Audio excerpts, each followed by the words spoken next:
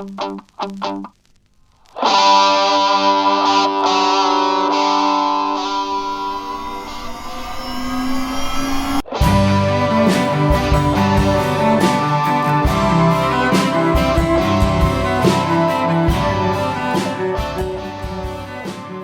I know we've not quite finished Season 5, but I had to sneak in this brief single between episodes. It's almost Christmas, and you can be sure that amidst all the fun and food and singing and Christmas cheer, there will be some good old-fashioned grumpy skepticism about the Christmas narrative itself. And one of the easiest, slow-moving targets of the story is the so-called three wise men, the magi, who apparently followed a magical star to Bethlehem. It's the stuff of myth, right? Well, a lot of people think so, and most of them are unaware that grown-up secular scholars at grown-up university conferences are still discussing the ways that this story, recorded in Matthew chapter 2, might actually be history. And to talk us through some of those recent discussions, I've got friend of the pod and career historian Dr. Chris Forbes. Chris taught Greco-Roman history and religion for 30 years at Australia's premier ancient history department at Macquarie University, and I caught up with him the other day at his home in Sydney.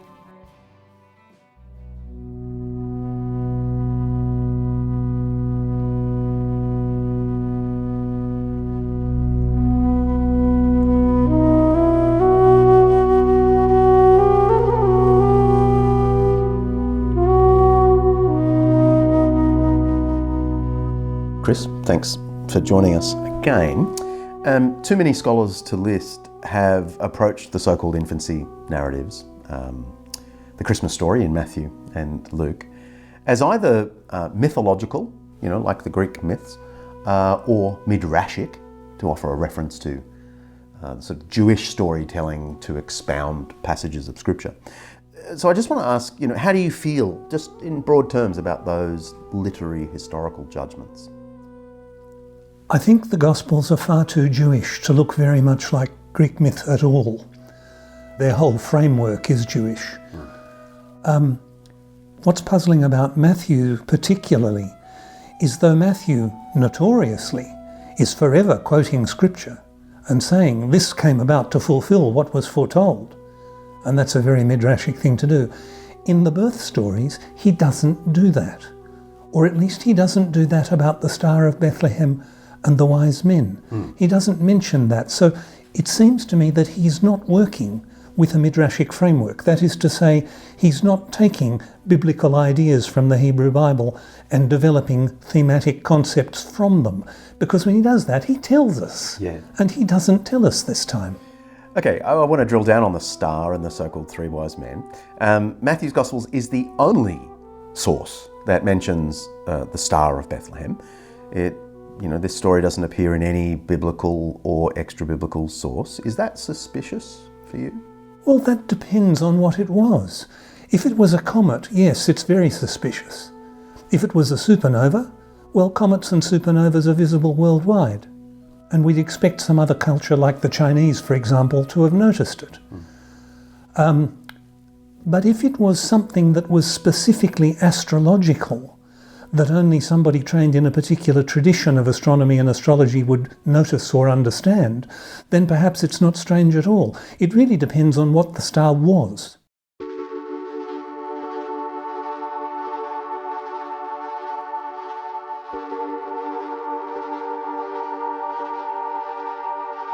What are some of the theories out there about what the star could be, just beyond just dismissing the whole story? And I want to know what you find most plausible. So give me some of the theories and tell me what you think is plausible. Well, for centuries and centuries, early Christian writers simply presumed that it was a miraculous event and you couldn't explain it. That was the view of virtually everybody down to the 18th century. Oh no, down to the 17th century at any rate, down to Johann Kepler. There are three other basic categories of theory. One is it's a comet. Now, in favour of it being a comet is a comet can point a direction, and a comet can stand above, as in point straight down at something, or can appear to. So that makes reasonable sense, and the earliest Christian writer to comment that it could have been a comet is Origen of Alexandria in the 3rd century AD, though he still thought it was a supernatural one. He didn't think it was just a natural comet. The negatives about it being a comet is that comets tend to be visible worldwide, and then it becomes more and more suspicious that only Matthew mentions it. Could it be a supernova? Or just plain a big nova? A new star? Again, puzzling if it wasn't noticed by anybody else, but hey, maybe it's an explanation. The third possible category of explanations is that it may not have been an item. It may have been the sort of thing that an astrologer would notice, a conjunction of stars and planets perhaps, or a set of stars and planets rising in a certain configuration. Now if it's that, then only somebody with a trained mind and eye is going to notice. And so there's a whole category of explanations that suggest it was some kind of astrological configuration, and those ideas start with a Jewish astronomer in the 7th century and some Islamic astronomers in the 9th century, and go through to the famous Johann Kepler. And Kepler argued that it was a particular conjunction of the rising of Jupiter in the star sign of Pisces, and he dated that to 7 BC. Now, astronomically, such a thing absolutely happened. Whether it's the Star of Bethlehem, whether he's identified it correctly, is the question. Most recently, an American astronomer by the name of Michael Molnar has come up with a revised version of the same idea. And Molnar has argued that the Star of Bethlehem was 2 related phenomena. Jupiter again, because Jupiter is the planet of royalty, because Jupiter is king of the gods. And we're told in Matthew's Gospel that the wise men said that they'd seen his star literally in the east, but the terminology could mean, and the NIV New Version actually translates it, we have seen his star at its rising, brackets, in the east. Mm-hmm. Now, if Jupiter rises in a particular constellation, for example, the constellation that stands for the nation of the Jews, Aries, the ram, then does that suggest something about a new king of the Jews? Add to that all the known visible planets rising in the same constellation in the same period, something that only happens about every 3,000 years. Add to that the moon then occluding, that is to say eclipsing, Jupiter. Put all those phenomena together, and in Greco-Roman astrological terms, you've got a big sign of something to do with Jewish royalty. I might need to chime in here because I think Chris assumes everyone knows that ancient astrologers associated each geographical region with one of the 12 traditional constellations, Aquarius, Pisces, Aries, and so on. And according to ancient records such as Ptolemy and others, the land of the Jews, Judea, was associated with Aries the ram. Now, the royal planet Jupiter, rising in the constellation of Aries, as we know it did in April 6 BC, is very plausibly read as a portent of a great king being born in Judea. And with the other fancy astronomical gymnastics of Jupiter and the moon at the end of that same year, we do have something that might intrigue ancient magi right around the time historians usually date Jesus' birth, between 7 and 5 BC. But that's only them seeing the star when it rose. What does it mean that the star stood above where the child had been born? Ancient astronomers don't so much map the stars and the planets against the heavens in the abstract. They map them against the stars that have a regular pattern. In other words, all the unchanging stars, the stars that just do the 24-hour cycle. And they watch the way the planets and the moon move against that steady, constant background. And if you have all the preliminaries happening in April of 6 BC, then in December of 6 BC, Jupiter moves forward against the fixed stars, then stays still for a couple of days and then goes retrograde. Now, if that happens directly above Bethlehem, most people aren't going to notice it. But astrologers just might. And that's, in essence, Molnar's theory, that the Star of Bethlehem was two sets of related astronomical phenomena, both in the year 6 BC, but early in the year 6 BC and very late in the year 6 BC, to give the wise men time to travel. So I know you yourself are a grown-up historian, but are other grown-up historians discussing these things, taking these ideas seriously? Various of them have been for quite some time, and grown-up astronomers as well. But in 2014, a conference was held at Groningen University, and a 600-page volume of the proceedings of the conference was published by a major academic publisher. Yes, this is discussed by serious people, and they don't always come to the same conclusions. There are various views put forward. But the whole thing is treated as worth discussing.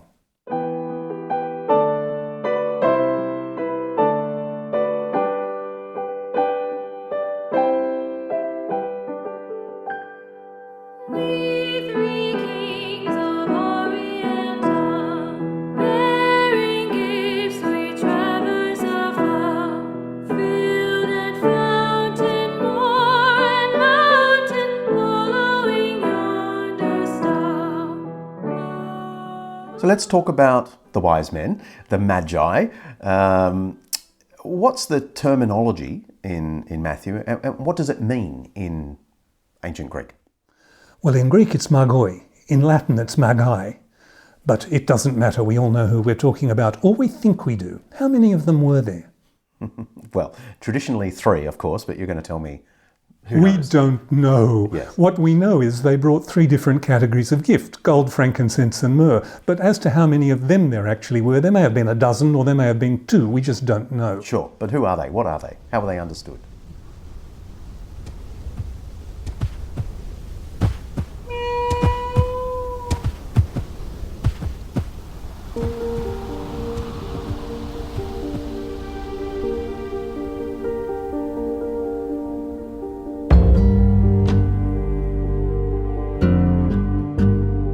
Magoi come from Mesopotamia, originally from Babylon and the region around about, now from the kingdom of Parthia, which is, Parthia is Mesopotamia and encroaching on Syria through Turkey, parts of Turkey. It's that area, and in this period, in the 1st century BC, it's ruled by a native dynasty who are known by the Greeks and Romans as the Parthians. And the Magoi are, number one, religious scholars. Particularly, quite a few of them are astronomers and astrologers, because in the ancient world the distinction just didn't mean anything. Both did the same calculations, they just took different meanings from them. But more than that, there's a considerable amount of ancient evidence that Greeks and Romans knew that the Magoi were part of the ruling elite of the Parthian kingdom. They weren't just part of the embassies that the Parthians sent out. They were also part of the elite who chose the Parthian king. So they're not just religious scholars, they're political figures as well, of considerable significance. So these are important people. And we have good primary evidence of this, don't we? Like actual sources that tell us this is what they were. Oh, actually, absolutely. Plutarch's Life of Sulla, the great Roman commander, talks about the first clear case when a Roman embassy met with an embassy of the Parthians. This is in 96 BC. And he tells us specifically that on the embassy there were included some magi who noticed that Sulla had a particular facial blemish. Famously, he had a birthmark that was very obvious and got him laughed at quite a lot by his friends and his enemies, but more by his enemies. One of the magi noticed this facial blemish and commented, using the skills that he had as a magus, that this was a man who would become a great leader. So magi are those who are actually interested in foreign royalty and foreign leadership, along with everything else they're interested in. Cicero, who fought against the Parthians after they invaded the area, comments on the same phenomenon. Philo of Alexandria, writing in the early 1st century AD, comments on the same phenomenon. The Greeks and the Romans knew that the magi were not just religious scholars, they were part of the political elite as well.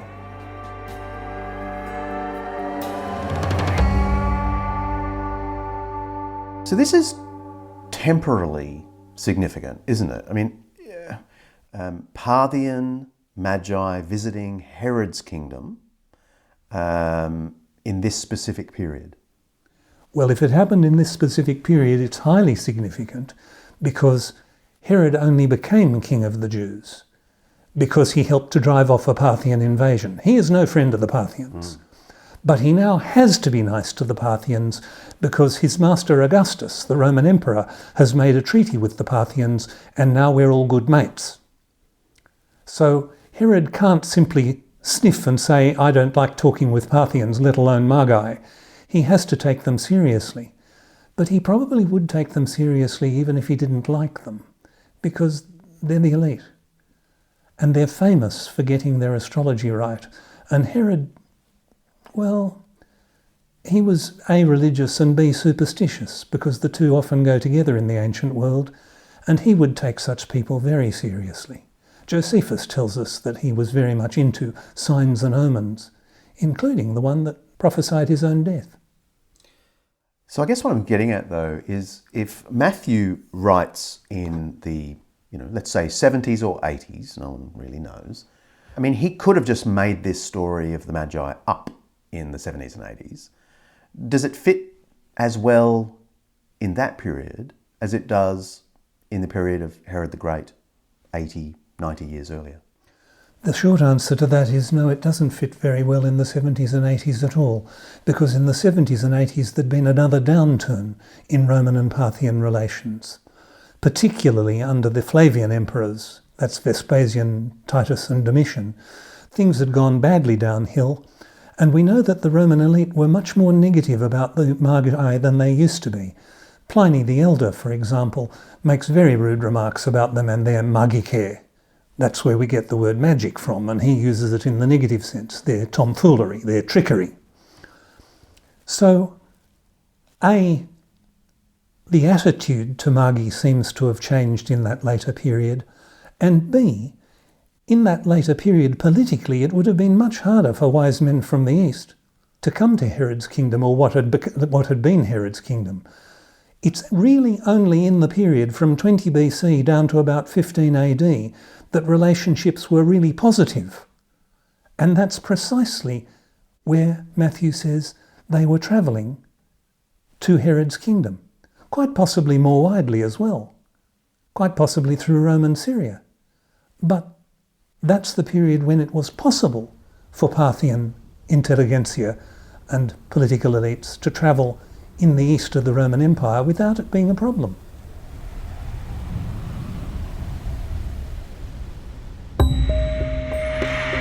So we have in Matthew comments about, how Herod reacted to this, but do we have a historical sense from the other sources how King Herod might have responded to such a visit from Parthian?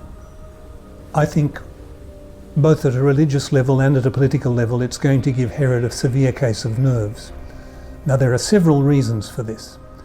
The first reason is that Herod is currently out of favour with the Emperor Augustus because he's fought a war against the Nabateans, the Arabic kingdom that's based in Petra, and he wasn't meant to fight independent wars. That wasn't what a good Roman client king was about. A good Roman client king kept the peace, not started warfare. And Augustus had told Herod in no uncertain terms that he wasn't going to do that in a hurry again. So Herod is feeling edgy about the Roman Empire's view of him.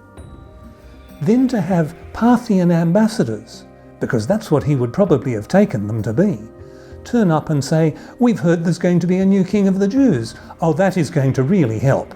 That's going to help his paranoia enormously. And to say that they've seen a star in the heavens, that they've seen celestial proof, all of this is going to put Herod very much on edge. And really what I think it means is, politically and religiously, Herod is going to feel deeply uncomfortable, but not be able to do much about it, which is going to make him even more uncomfortable.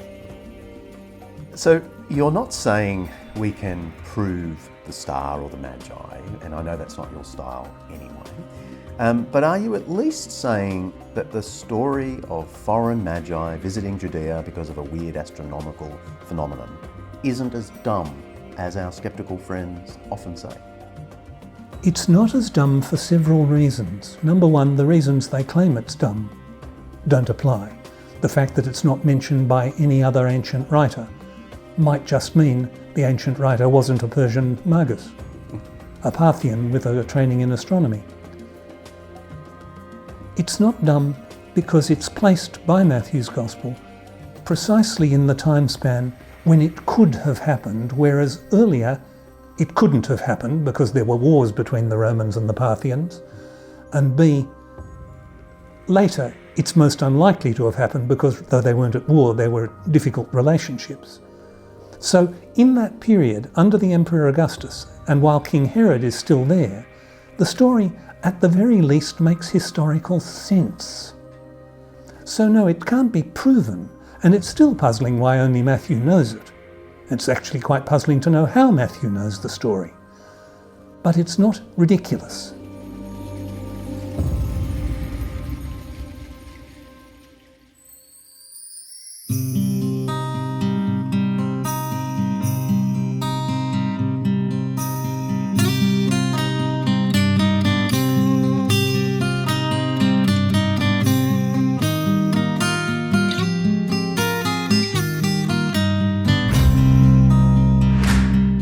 Chris, thanks for joining us again.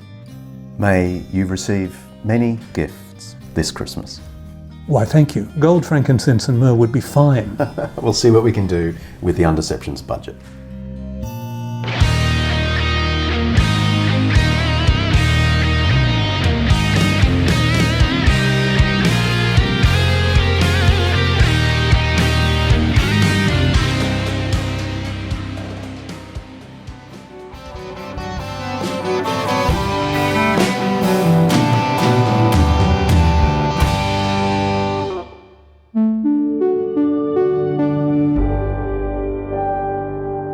Undeceptions podcast.